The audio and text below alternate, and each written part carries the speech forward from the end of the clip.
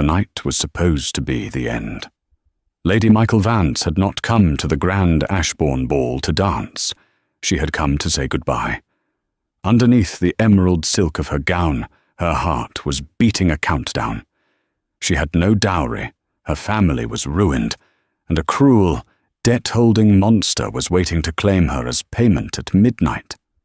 She had resolved that this would be her final night in society before she vanished into the London fog forever. But destiny is rarely so quiet. She didn't know that across the ballroom, the most dangerous man in England, a duke known only for his cold brutality, was watching her. And she certainly didn't know that a single kiss on her hand would not only shatter her plans, but rewrite history itself. This is the story of how a woman on the edge of ruin tamed the wolf. The mirror in the dressing room of Vance House was cracked. It was a hairline fracture, running diagonally across the glass, effectively slicing Lady Michael Vance's reflection in two. It was fitting, she thought.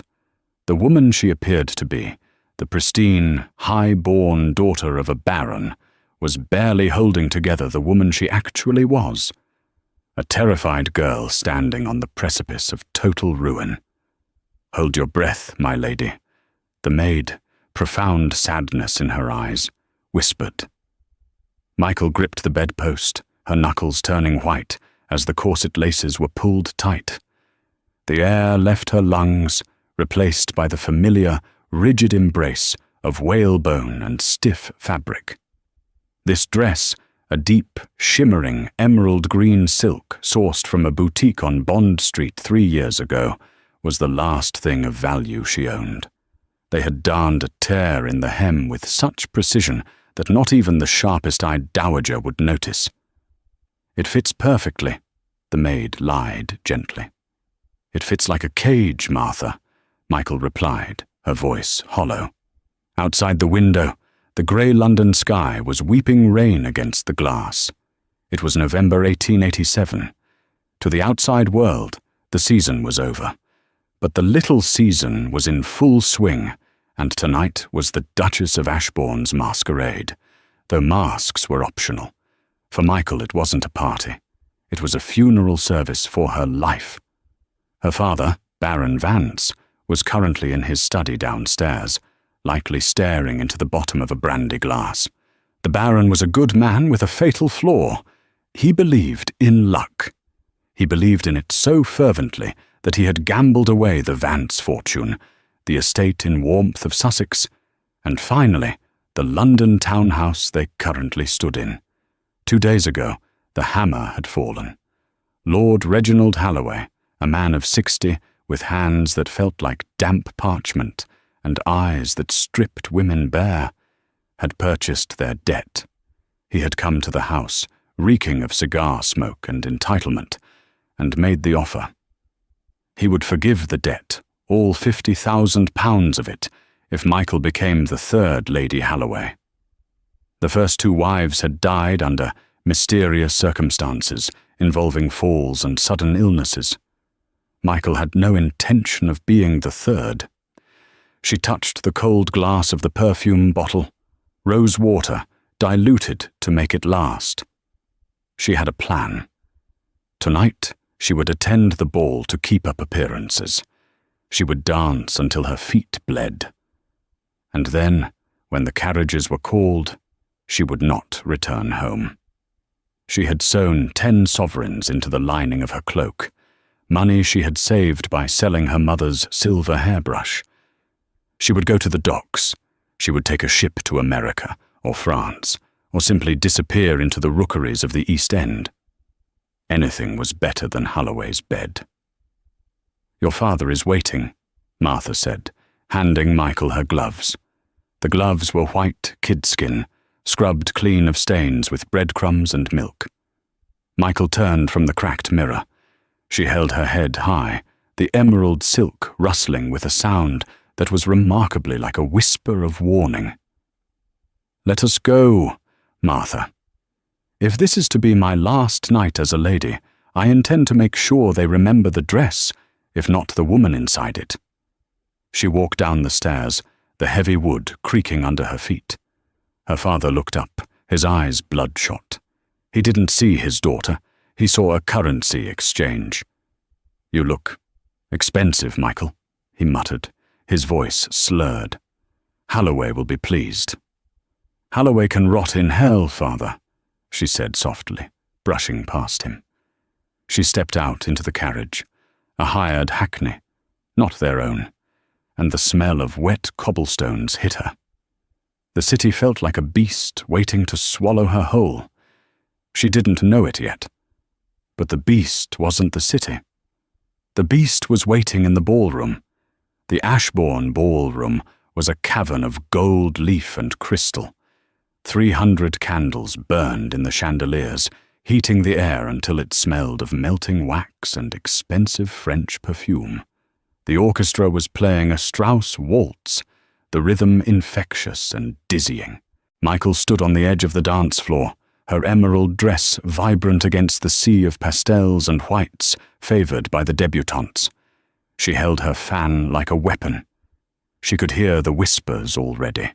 London society was a small, vicious ecosystem. They could smell blood in the water. "Is that the Vance girl? I heard her father lost the last of the horses at Tattersall's yesterday. Look at the hem of her gown. Isn't that the same one she wore to the opera in June? They say Holloway has bought the deed to their house. Poor creature." Michael kept her chin parallel to the floor, fixing a frozen smile on her face. Let them talk, she thought. By morning, I will be a ghost to them. "Lady Michael." The voice was like oil sliding over gravel. She didn't need to turn to know who it was. The hairs on her arms stood up. Lord Holloway stepped into her line of sight. He was a thick-set man, his neck spilling over his stiff collar. He wore a waistcoat that strained against his stomach, and his eyes, watery and pale blue, dropped immediately to her bodice. "Lord Holloway," she said, dipping into a curtsy that was technically correct, but entirely devoid of respect. "You look ravishing, my dear," he said, moving too close. He smelled of stale port and peppermint, used to mask the alcohol. "Green, the colour of money or envy. Which is it tonight?" "It's the colour of nature, my lord. Something wild that cannot be tamed," Michael replied sharply.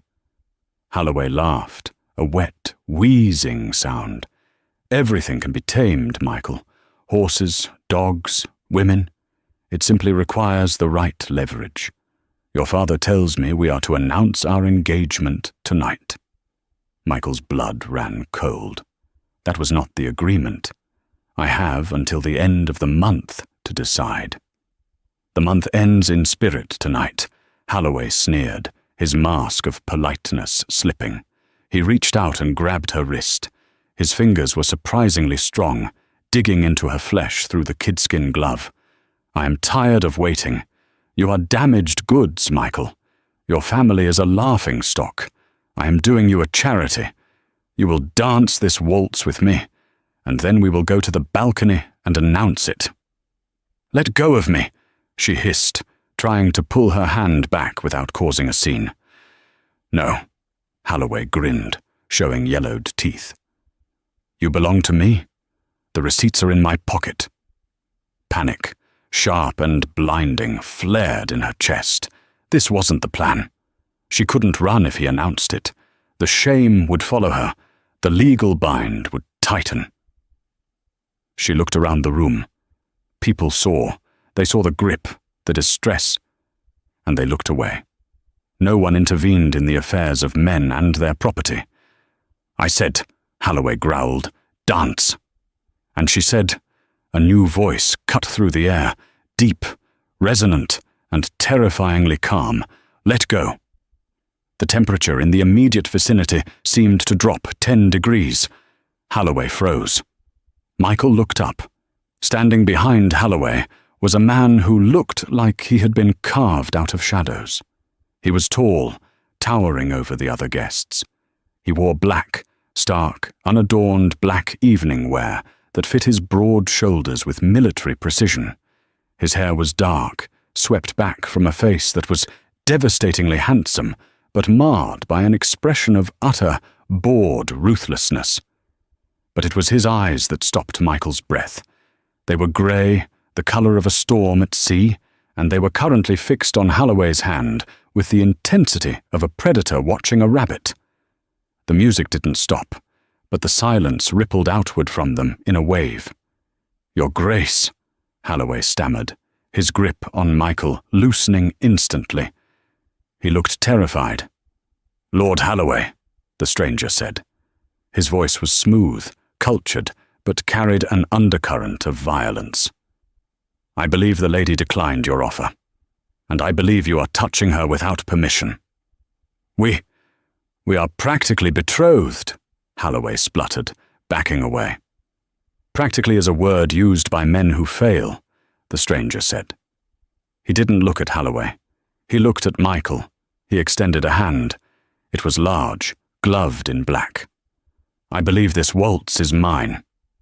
Michael didn't know him, but she knew of him. Everyone did.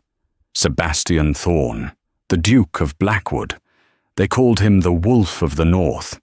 He was rumoured to be richer than the Queen and twice as cold. He rarely came to London. He had not attended a ball in 5 years, not since his brother died in a duel that rumours said Sebastian had arranged. He was a man who destroyed companies and ruined reputations for sport, and he was offering her a way out. Michael looked at Holloway, sweating and fearful. Then she looked at the Duke's open hand. It was a choice between a butcher and a wolf. She placed her hand in the Duke's. "It would be my honour, Your Grace," she whispered. As Sebastian led her onto the floor, the crowd parted. It wasn't the polite parting of society. It was the parting of the Red Sea. They were terrified of him. He turned her into the frame of the waltz. His hand on her waist was firm, authoritative. But unlike Holloway's clammy grip, this felt steady. It felt like iron wrapped in velvet. They began to move. He danced with an elegance that belied his size, sweeping her across the floor with a power that made her light-headed. "You are shaking, Lady Michael," Sebastian said. He wasn't looking at the crowd. He was looking down at her, analysing her face. "I am angry, Your Grace," she corrected, lifting her chin. "There is a difference." A flicker of something, amusement, crossed his stoic face. "Is that so? Most women in your position would be weeping. Holloway is a toad, but he is a rich toad. And your father? Well, let us say the Baron has been very vocal about his financial distress at the alluring tables of the St. James Club." Michael stiffened. "You know my father?" "I own the club where your father lost your dowry," Sebastian said flatly. Michael missed a step. Sebastian corrected her effortlessly, lifting her so her feet barely touched the ground. "So you are here to gloat?" Michael asked, her voice trembling with a mix of shame and fury. "To inspect the wreckage?" "I am here," Sebastian said, spinning her past a group of gossiping countesses, "because I require something. And I detest waste. Seeing a woman of your fire being sold to a man like Holloway is a waste." "I am not being sold," she snapped. "I am leaving. Tonight." Sebastian's eyes narrowed. "Leaving? Running away?" "Escaping. With what money?" he asked brutally. "I saw you arrive in a hackney carriage. Your dress is 3 years old. Exquisite, but old. You have perhaps £10 to your name. Where will you go? The docks? You'll be dead or in a brothel within a week." Michael gasped. The cruelty of his truth stung worse than a slap. "How dare you?" "I dare because I know the world, Michael, better than you do." He pulled her slightly closer.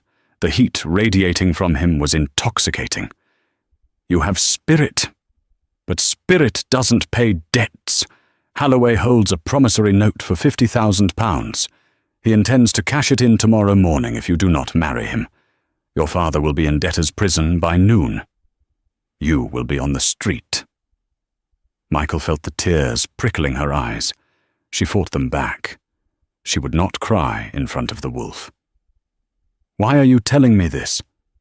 The music swelled to a crescendo. They stopped in the center of the room. Every eye was on them. Sebastian didn't release her hand.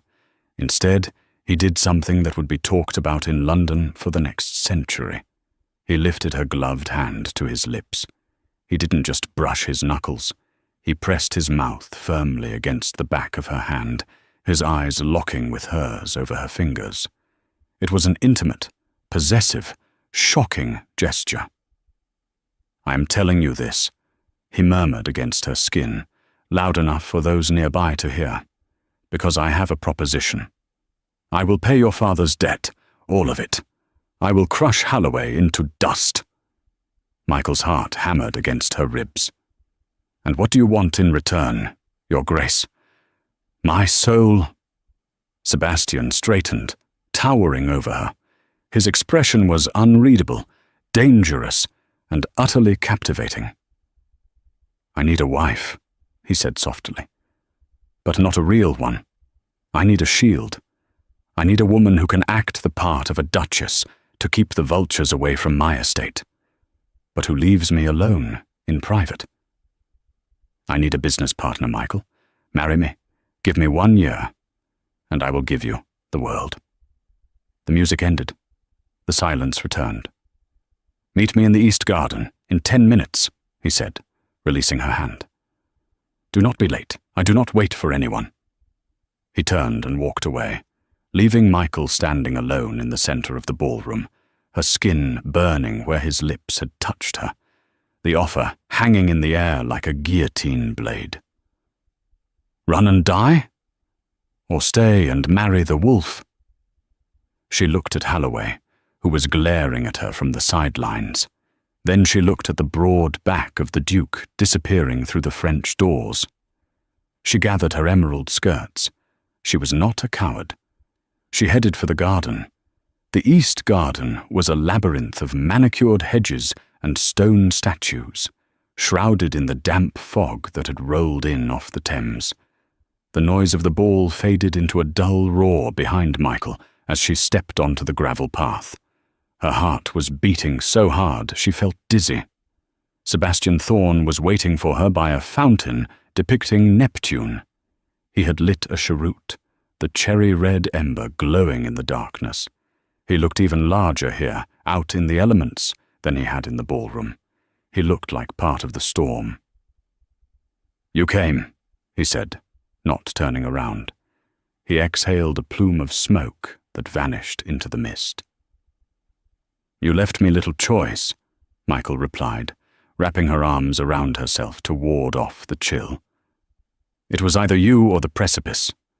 He turned then, dropping the cheroot and crushing it beneath his boot. "There is always a choice, Lady Michael. You could have run. You could have married Holloway. You chose the unknown. That speaks to your courage, or your foolishness." "Perhaps they are the same thing tonight," she countered. "Tell me the terms. Explicitly." Sebastian stepped into the moonlight. His face was stark, the angles sharp. "It is simple. My cousin, Lord Julian Thorne, is currently petitioning the House of Lords to have me declared mentally unfit to hold my title.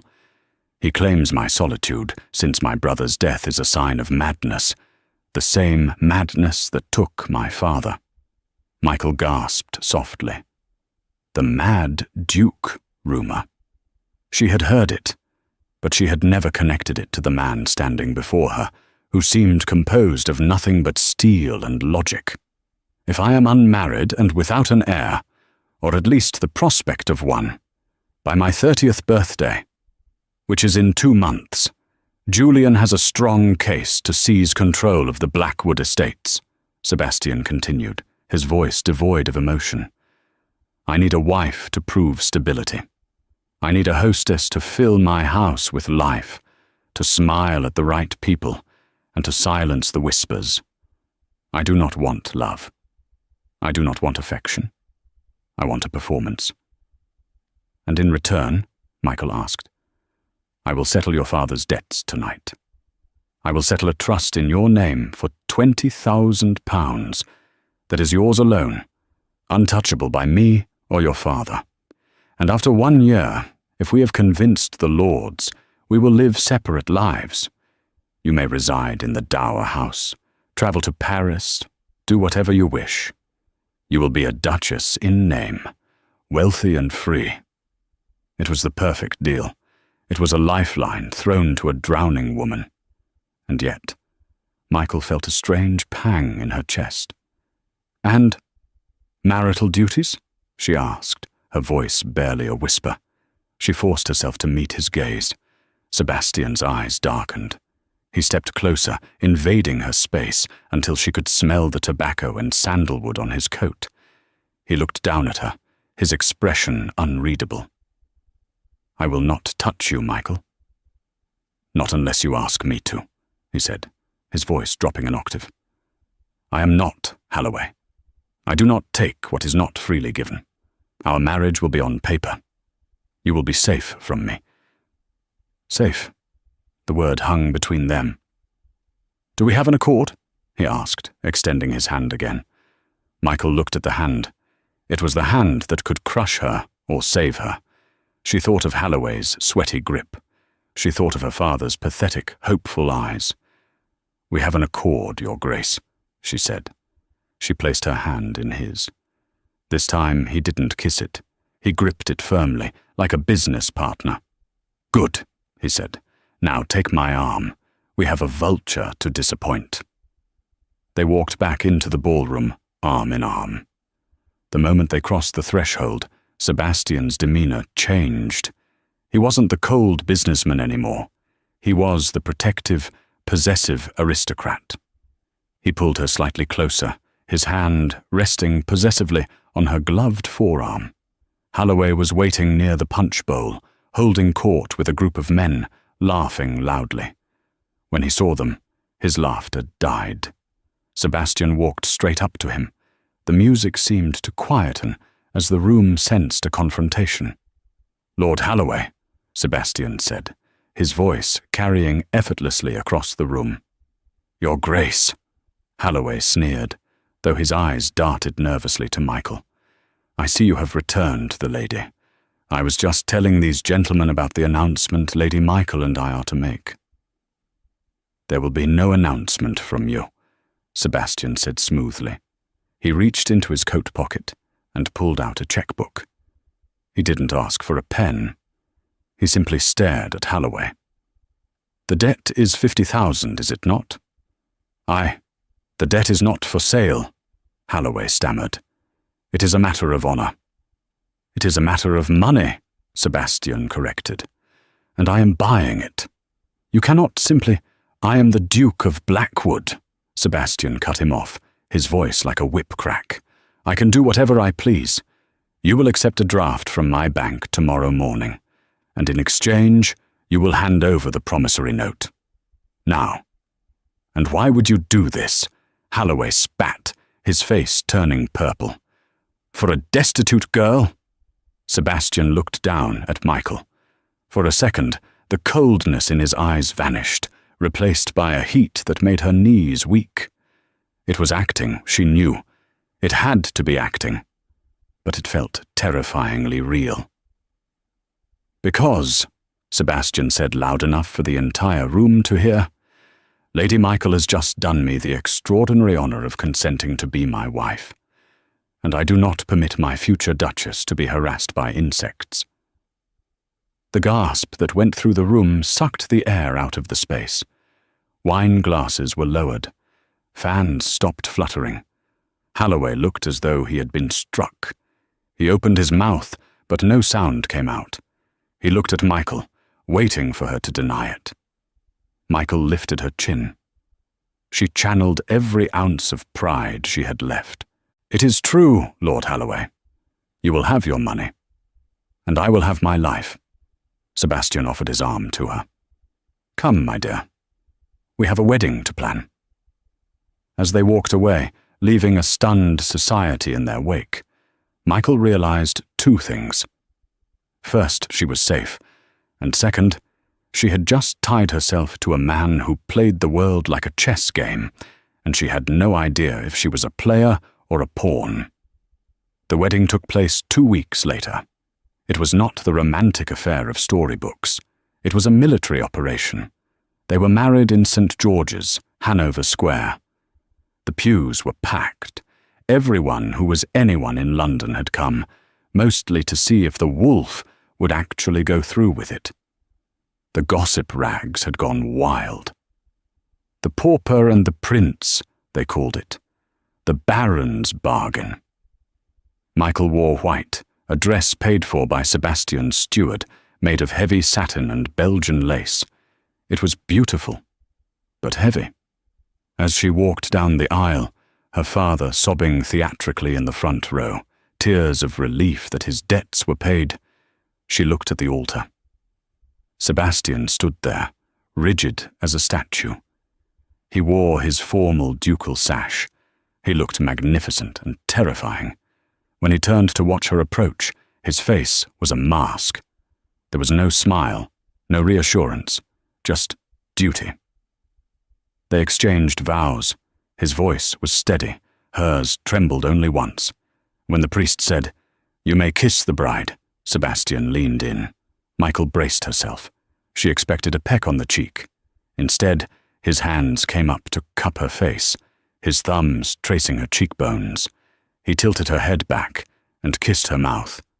It wasn't the ravishing kiss of the ballroom hand kiss. It was chaste, firm, and possessive. But for a split second, before he pulled away, Michael felt a tremor in his hands. He is afraid, she realized with a jolt. The wolf is afraid. But the moment passed, and the mask slammed back down. The reception was a blur of congratulations from people who had shunned her 2 weeks ago. Then came the carriage ride. They were leaving immediately for Blackwood Hall in Northumberland. The journey would take 2 days by train and carriage. As the carriage rattled over the cobblestones of London, leaving the city behind, silence filled the small space. Sebastian immediately opened a portfolio of papers and began reading, ignoring her completely. Michael watched him for a mile. Finally, she couldn't take it. "Is this how it is to be, Sebastian?" she asked. Silence. He didn't look up. "We have a long journey, Michael. I have business to attend to. You have scenery to admire." "We are married," she said, frustration bubbling up. "You could at least pretend to like me when there is no audience." He looked up then, closing the portfolio with a snap. "I like you fine, Michael. You are intelligent and quiet. Keep being those things." "I am not a piece of furniture." "No," he said darkly. "Furniture is easily replaced. A duchess is not. Do not push for intimacy where there is none, Michael. It will only make this year harder for you." He went back to his papers. Michael turned to the window, watching the rain streak the glass. She felt a cold knot of dread in her stomach. She had escaped Holloway's fire, but she had jumped straight into an iceberg. The arrival Blackwood Hall was a monster of stone. It sat on a cliff edge, overlooking a churning grey sea. Turrets stabbed the sky, and gargoyles leered down from the eaves. It was beautiful in a Gothic, haunting way. But it felt utterly desolate. The staff were lined up in the draughty entrance hall. They looked terrified. Not respectful. Terrified. "Welcome home, Your Grace." The butler, a man named Mr. Finch, who looked like he was carved from granite, intoned. "Finch," Sebastian acknowledged, handing him his coat. "This is Her Grace. She is to be obeyed as you obey me. Is that clear?" "Crystal clear, Your Grace." "Good. Prepare the blue suite for Her Grace. I will be in the West Wing, as usual." Michael froze. "Separate wings?" Sebastian turned to her, his face weary. "I told you, Michael. Separate lives. The blue suite is the finest in the house. It faces the gardens. You will be comfortable there." "And where is the west wing?" "On the cliff side," he said. "And you are not to go there." "Why?" "Because," his voice hardened, "it is my private sanctuary. And because the floorboards are rotten, it is unsafe." It was a lie. She could see it in his eyes. "Supper is at 8, he said, turning his back on her. "Do not be late." That night, Michael dined alone at one end of a table long enough to seat 30 people. Sebastian sat at the other end, reading a newspaper. The only sound was the clinking of silverware and the howling of the wind outside. When she went to bed in the blue suite, which was indeed luxurious, with a roaring fire and silk sheets, she couldn't sleep. The house groaned. Around 2 a.m., she heard it. It was a scream. Muffled, distant, but undeniable. It sounded like a man in agony. Michael sat up, her heart pounding. She lit a candle and went into the hallway. The corridor was empty, shadows dancing on the tapestries. The sound came again. It was coming from the west wing. The rotten floorboards. She knew she should go back to bed. She knew the rules. But Michael Vance had not survived poverty, and Holloway to be cowed by a locked door. She walked barefoot down the cold stone corridor towards the heavy oak doors that separated the wings. They were unlocked. She pushed them open. The air here was colder. The dust was thicker. She followed the sound. It led her to a door at the very end of the hall. Light flickered from underneath it. She put her hand on the knob. "No, get out! Get out of my head!" It was Sebastian's voice. He was screaming. Michael threw the door open. The room was a wreck. A chair was overturned. Books were scattered on the floor. In the center of the room, Sebastian was thrashing on a small cot, tangled in sheets, sweat pouring down his face. He was asleep, trapped in a nightmare so vivid it was physical.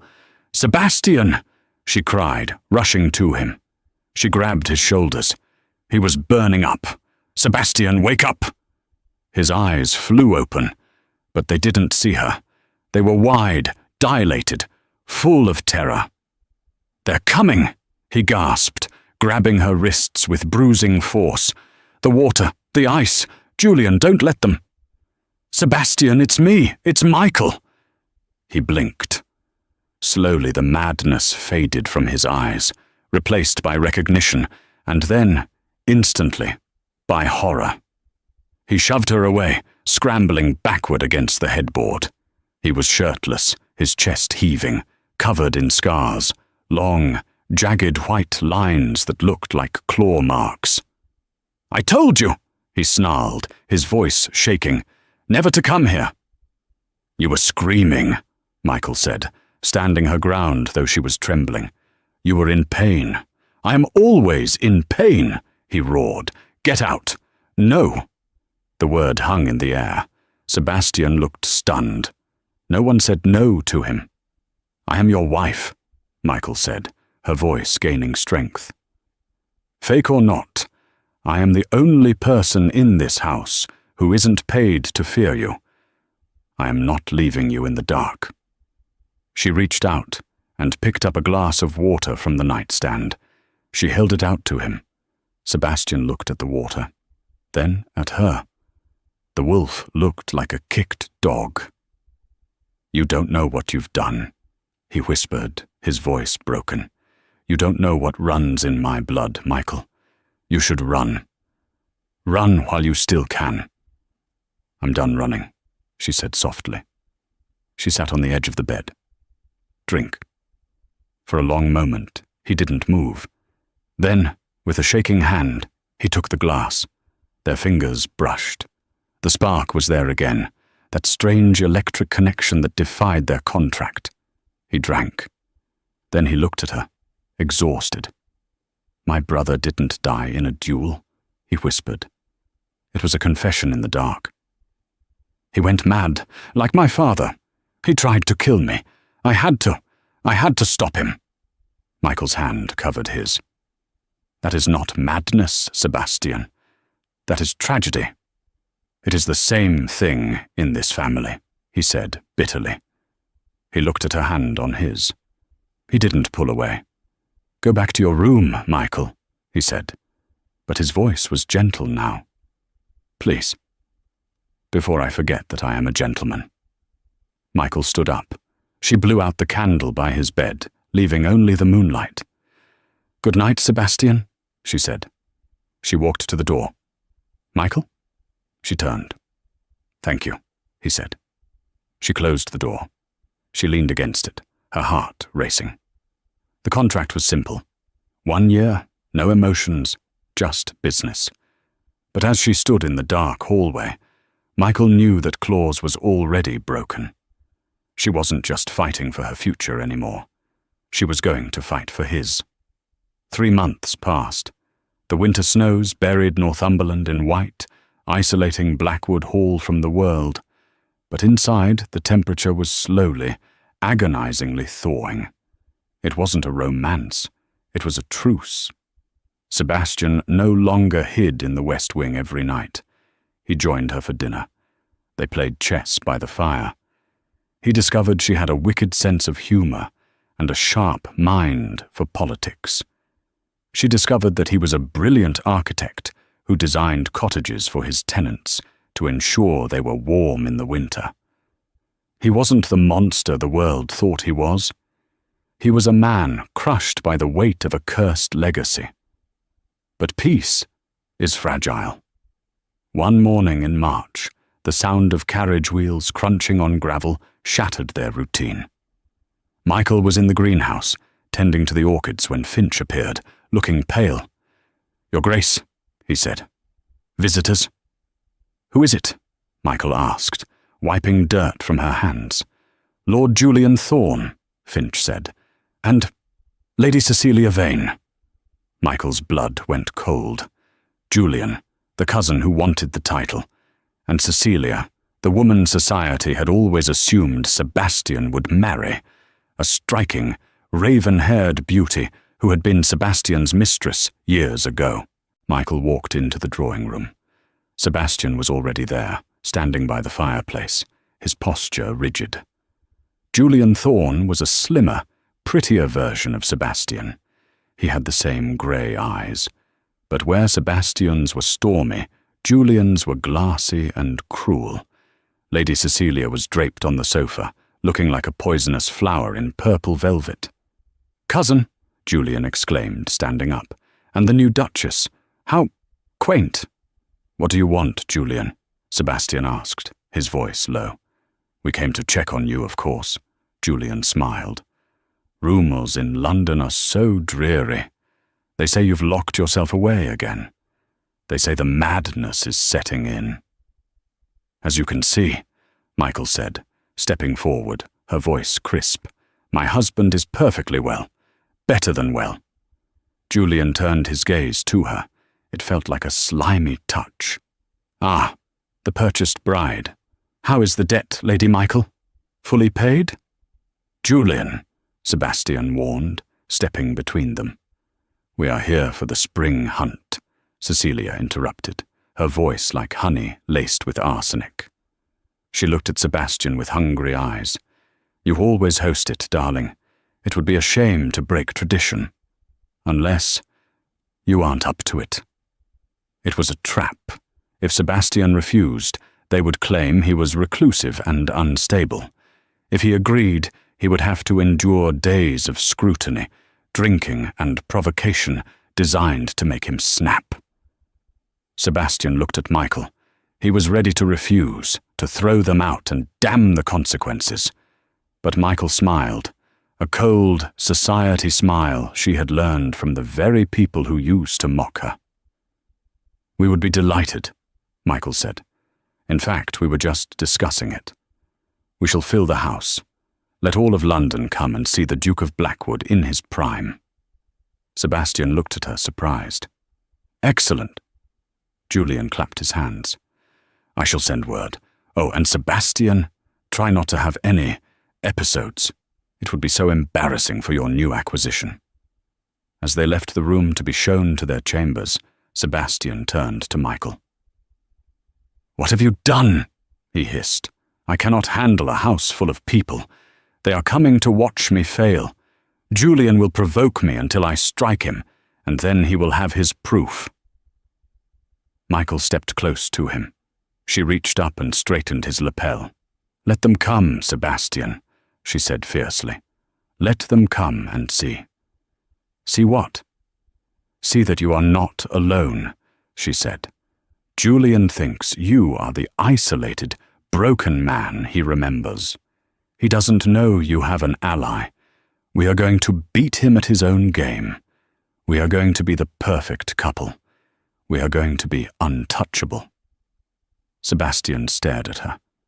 The fear in his eyes warred with something else. Hope.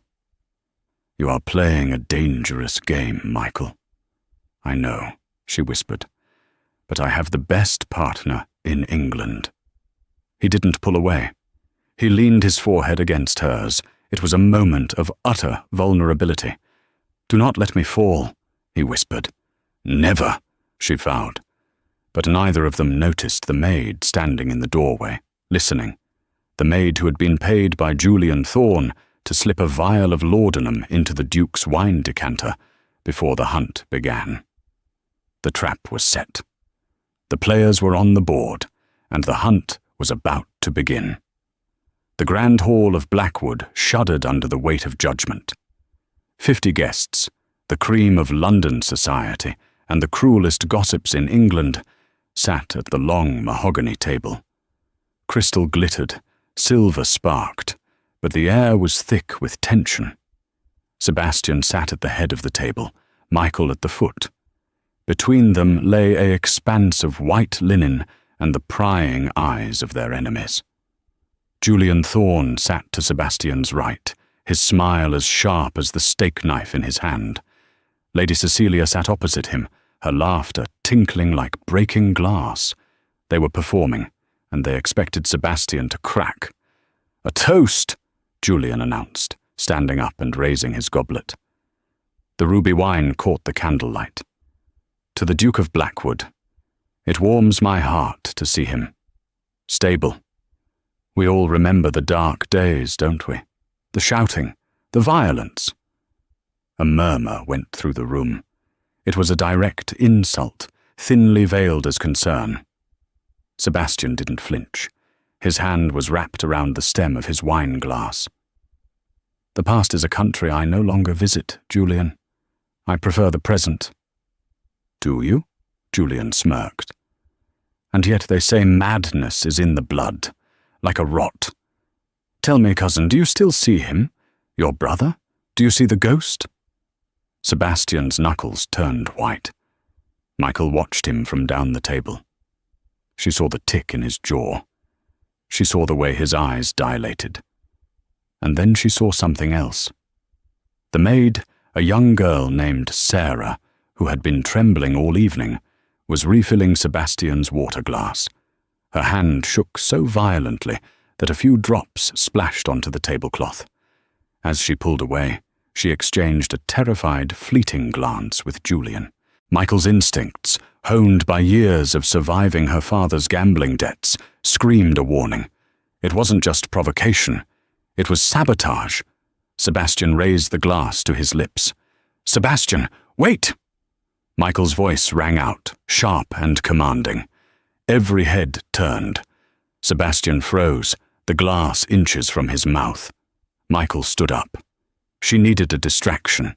She needed to get that glass away from him without causing a scene that would confirm his instability.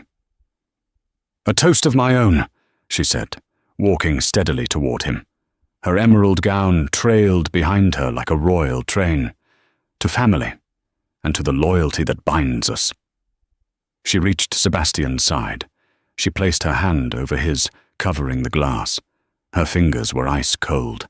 She looked into his eyes, pouring every ounce of her will into him. "Do not drink it," she begged silently. "Michael," he murmured. He looked pale. Sweat was already beading on his forehead. He had already drunk the wine earlier. The drug, whatever it was starting to work. "You look warm, my love," she said, loud enough for the table to hear. She deliberately knocked the glass from his hand. It shattered against the stone floor. The sound was like a gunshot. "Oh, how clumsy of me," Michael exclaimed, her voice light but her eyes deadly serious. She gripped Sebastian's shoulder. "The heat in here is stifling. Come, Sebastian, walk me to the terrace. I feel faint."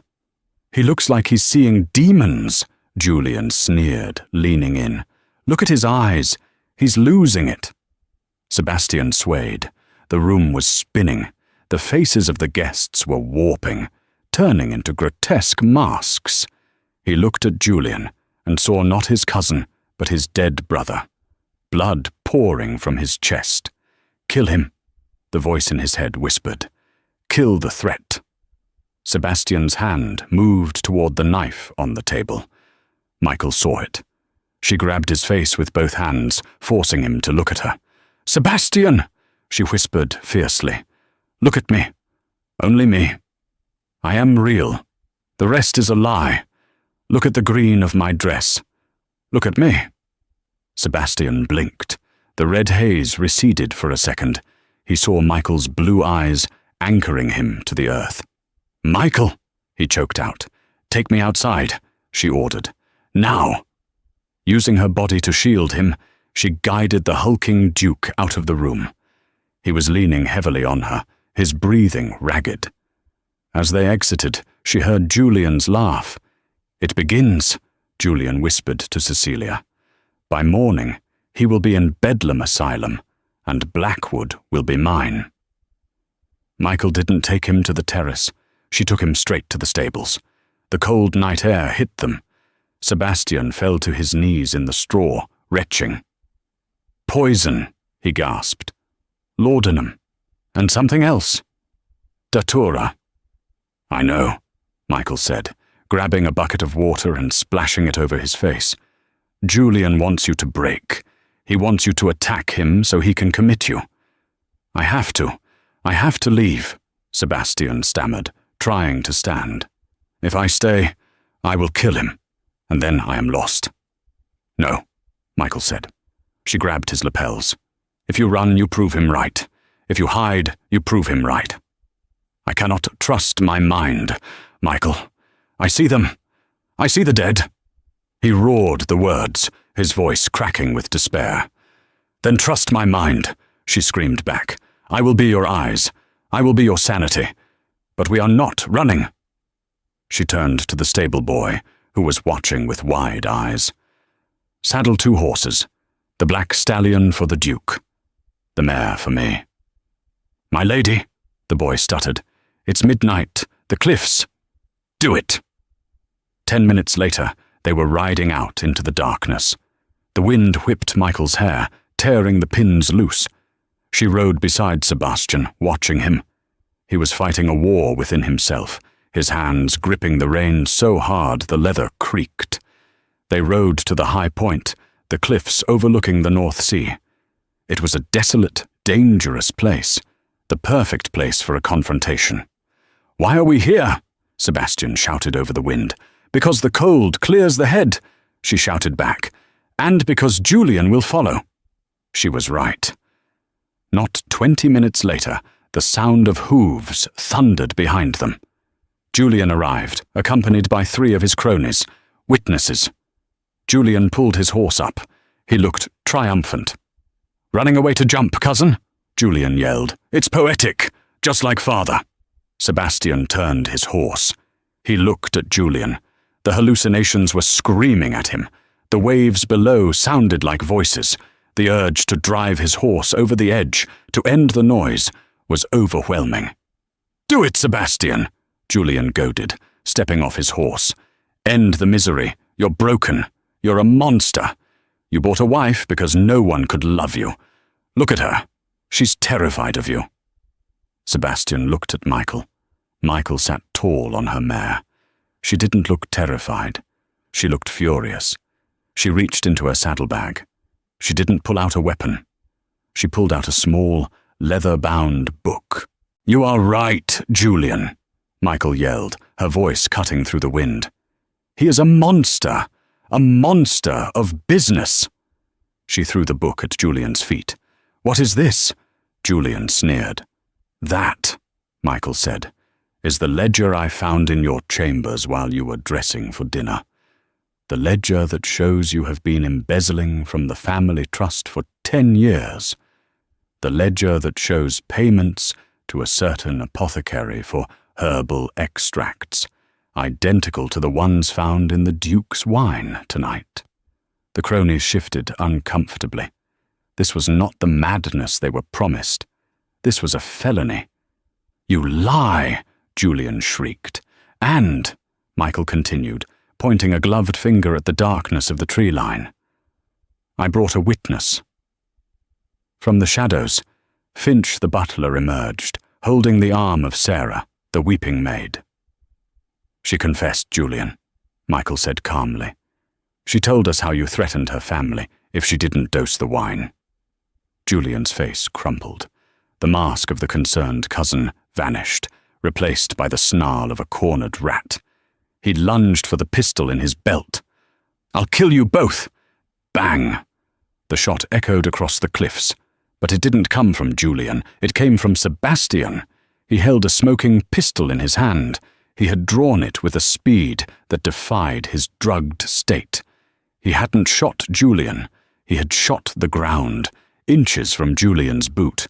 The dirt exploded, sending Julian scrambling back, falling into the mud. Sebastian rode his horse forward. The mad Duke was gone.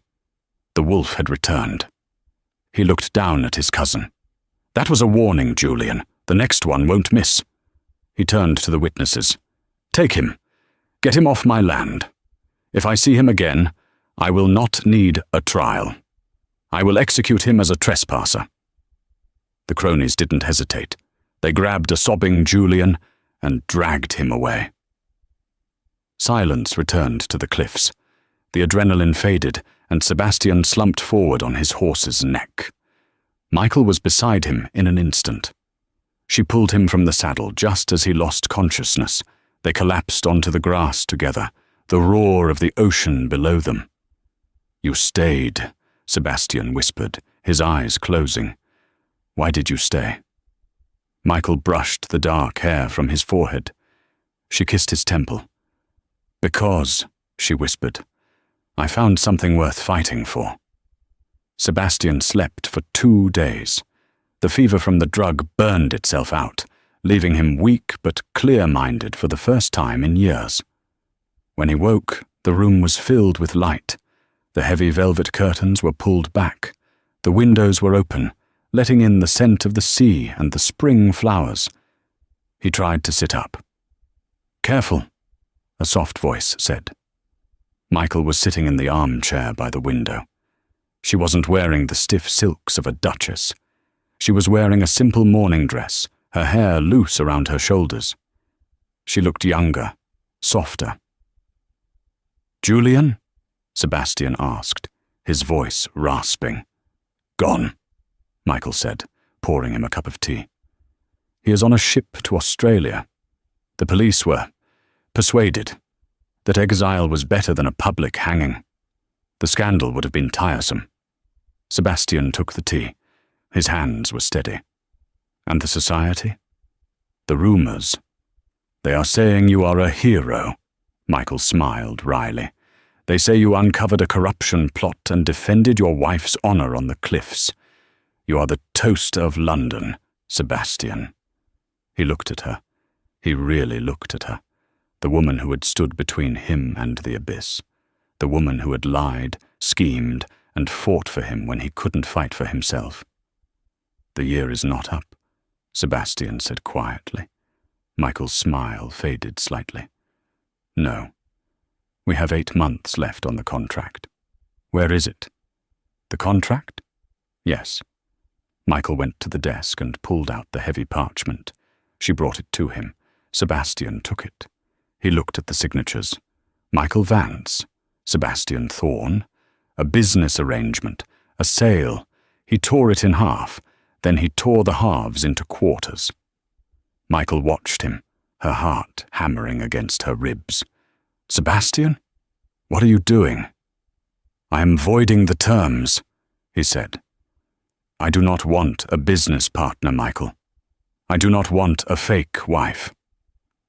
He tossed the scraps of paper onto the floor. He reached out and took her hand, the hand he had kissed in the ballroom that first night. "I want the woman who ran into the dark to save me," he said, his voice thick with emotion. "I want the woman who faced down a loaded gun for me. I love you, Michael. I have loved you since the moment you looked at me in that ballroom and didn't flinch." Tears spilled over Michael's lashes. She had been so strong for so long. She finally let herself be soft. "I thought I was just a shield to you," she whispered. "You were never a shield." He pulled her down onto the bed, wrapping his arms around her, burying his face in her neck. "You were the only thing that was real." He kissed her then, not for a crowd, not for a show, but for them. It was a kiss of gratitude, of passion, and of a promise kept. "Stay with me," he murmured against her lips. "Not for a year, forever." "Forever," she agreed. 1 year later, the Ashbourne Ball was once again the highlight of the season. The ballroom was crowded, the music loud. At the top of the grand staircase, the herald struck his staff. Her Grace, the Duchess of Blackwood, and His Grace, the Duke. Sebastian and Michael appeared. She was wearing emerald green again. But this time, there were diamonds at her throat. Diamonds that belonged to the Blackwood family vault. Sebastian looked formidable, but the coldness was gone from his eyes. He held his wife's hand, his thumb stroking her knuckles absent-mindedly. As they descended the stairs, people bowed, not out of fear, but out of respect. They were the golden couple, the power of the North. "They are looking at us," Sebastian whispered in her ear. "Let them look," Michael whispered back, squeezing his hand. "Let them see what winning looks like." They stepped onto the floor. The music started. It was a waltz. "Dance with me, Michael," Sebastian said, his eyes full of love. "Always, my wolf," she replied. And as they spun into the center of the room, the world faded away, leaving only the girl who had been saved, and the monster she had learned to love. And so, Lady Michael Vance did not disappear into the fog that night. Instead, she stepped out of the shadows and into the legend of the Blackwood Duchy. What began as a desperate bargain to escape ruin became a love story that defied madness, greed, and society itself. It reminds us that sometimes the scariest choices lead to the most beautiful destinations, and that even the coldest hearts can be thawed by the right fire. Michael and Sebastian proved that love isn't just a feeling. It's a battle you fight together. What did you think of Michael's bravery? Would you have ridden to the cliffs to save the Duke? Let me know in the comments below. I read every single one. If this story moved you, please give this video a like and share it with a friend who loves a good historical romance. And don't forget to hit that subscribe button and ring the notification bell so you never miss a story. We have a heartbreaking saga about a forbidden prince coming up next week that you won't want to miss. Thanks for watching, and see you in the next story.